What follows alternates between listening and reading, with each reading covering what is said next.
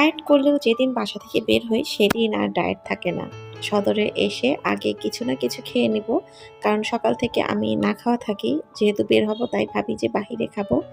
তো ১ম এ স্যান্ডউইচ নিলাম, তারপরে এই বানটা নিলাম। অনেক মজার ছিল, কিন্তু নাম জানি না এটার নাম কি। তারপরে হচ্ছে আমার একটা পুরনো কেতলি, এখানে একটু ঝালাই করে নিলাম। দুঃখের বিষয় হচ্ছে তারা পিতল দিয়ে ঝালাই করেছে, যেটা দেখতে একদমই ভালো লাগছে না। তারপরে একটু টুকিটাকি শপিং ছিল, এগুলো করে ফেললাম তাড়াহুড়ো করে, কারণ হচ্ছে আমরা একটু ঘুরতে যাব নদীর পাড়ে। এখানে এসে আমার এতটাই ভালো লাগছিল, মনে হচ্ছে মাঝে মধ্যে আসলেই আসা উচিত, নিজেকে একটু সময় দেওয়ার জন্য, মন ভালো করার জন্য। তারপরে আমি একটু ছোট করে ক্লিপ নিতে চেয়েছিলাম, কিন্তু পারলাম না। এই বদমাইশটার জন্য প্রচণ্ড ডিস্টার্ব করছিল। তারপর ঝালমুড়ি নিলাম, যদিও অর্ধেকটা আমার সাথের কুত্তিটা খেয়ে ফেলেছে।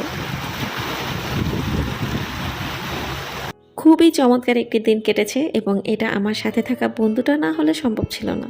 সম্পূর্ণ ভিডিও ফুটেজ নেইনি, কারণ সবসময় ভিডিও করতে ভালো লাগে না। তো আমরা এখন চলে যাব চিকেন চাপ চা খেয়ে। টাটা।